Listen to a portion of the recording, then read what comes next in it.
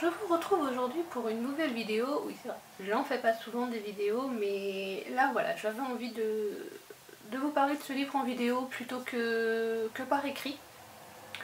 Donc il s'agit de la saga Saranguin, Zélogue, tome 1 de Emmanuel Amadis. Donc la couverture, bon je suis désolée, un noir et blanc sur ma liseuse. Je vous mettrai le résumé de l'histoire en barre d'infos, puisque c'est vrai que pour raconter un petit peu l'histoire, j'ai pas trop envie de vous redire tout ce qui était également dans le résumé. Donc j'ai reçu ce livre de la part de Sharon Kena grâce au Pick and Read qu'ils organisent sur leur groupe Facebook régulièrement, tous les mois en fait. Ils proposent plusieurs livres, on peut postuler pour un livre à lire et à chroniquer. J'ai un peu de retard pour le rendre, donc je m'excuse également.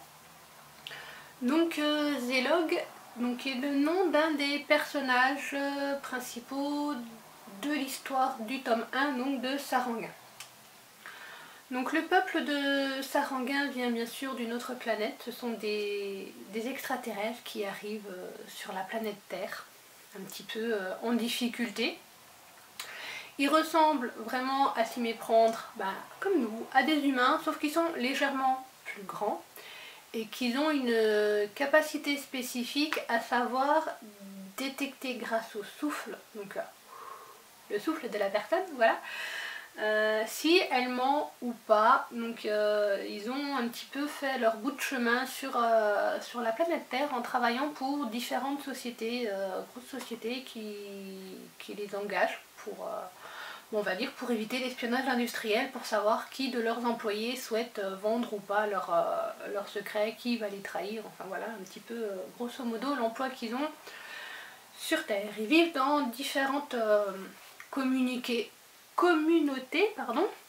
entre eux de voilà, une centaine de membres, 150 membres à peu près. Ils sont plusieurs dispatchés un peu dans le monde. Et ils filtrent très bien en fait ce qu'ils veulent que les humains connaissent d'eux. Ils sont vraiment très...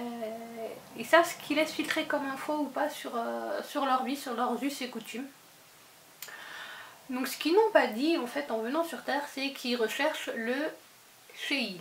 Donc j'espère que je le prononce bien, c'est assez complexe comme mot. Donc il y a plusieurs mots comme ça un peu compliqués dans le livre, qui est un peu du langage du coup saranguin, mais une fois expliqué, voilà, c'est assez simple en fait à lire. Du coup en fait le Sheil, c'est un peu comme nous on appellerait deux âmes sœurs, la communion parfaite entre un homme et une femme. Puisque le peuple des Saranguins, pour les hommes, ne peuvent avoir d'enfants qu'une seule fois dans leur vie, grâce justement à ce Sheil. Donc du coup, ils recherchent voilà, l'âme sœur idéale avec qui l'avoir. Donc ce Zélogue a quitté la communauté où il était suite à un accident. Il a une grande balafre au niveau de son visage. Donc du coup, pour éviter voilà, les regards, la culpabilité de son frère dans la communauté où il est parti dans une autre communauté. Et là, il se fait du coup ses nouveaux amis saranguins qu'il connaissait quand même déjà. Et il va à la rencontre plutôt de Eliana.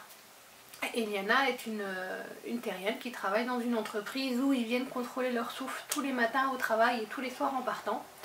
Seulement elle souffre d'agoraphobie. Du coup ils ont décidé de la prendre un peu à part pour la contrôler matin et soir. Et quand ils se contrôlent grâce à ce souffle, c'est déclenché une réaction en chaîne qui fait que l'un et l'autre, du coup, voilà, c'est la fameuse pulsion Sheil qui fait que ils peuvent plus se passer l'un de l'autre. Donc du coup, entre guillemets, elle quitte son mode de vie normal et va vivre auprès des Saranguins et de Zélogue. Elle apprend un peu leurs us et coutumes, leur façon de faire, on va dire la face cachée des Saranguins qui ne montrent pas au peuple des Terriens tous les jours, bien entendu. Elle est enceinte, puisque justement le Sheil a fonctionné, c'est la première qui l'est, ce qui fait que c'est l'espoir de tout ce peuple des Saranguins. Donc elle est vraiment chouchoutée, couvée, protégée, surprotégée pas uniquement par Zélog avec qui d'une certaine manière elle est mariée, mais de tout ce peuple. Du coup, avant que ma photo ne parte, il veut plus. Où j'en étais? Oui, donc elle vit chez eux, elle est enceinte de jumeaux.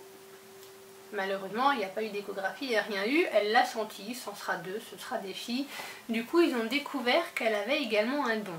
Donc, qui n'est pas trop exploité, ni trop divulgué encore dans ce tome. Donc, je pense qu'on en apprendra plus sur elle dans la suite des épisodes. Que j'aimerais également connaître un petit peu plus Eliana par la suite et la vie de ses filles, puisque bien entendu ces deux enfants vont naître à la fin du livre, donc je pense qu'il faut connaître la suite du livre pour voir un petit peu quel est également le don que va développer les enfants entre un terrien et un saranguin, les deux ensemble. Je pense que ça peut réserver pas mal de surprises. Voilà, il y a dans ces us et coutumes des choses qui pour eux leur paraissent tout à fait naturelles, tout à fait... ça fait partie de leur vie, c'est comme ça, et qui, moi me choquent un peu, tout comme choquait également Eliana dans l'histoire, donc le fait voilà, d'avoir des explications, que c'est pour la survie, que ça permet un petit peu de s'habituer, d'accepter les choses petit à petit, et ce qui fait que ce livre est vraiment... je veux dire un petit coup de cœur quand même pour cette histoire et j'ai vraiment hâte de connaître la suite.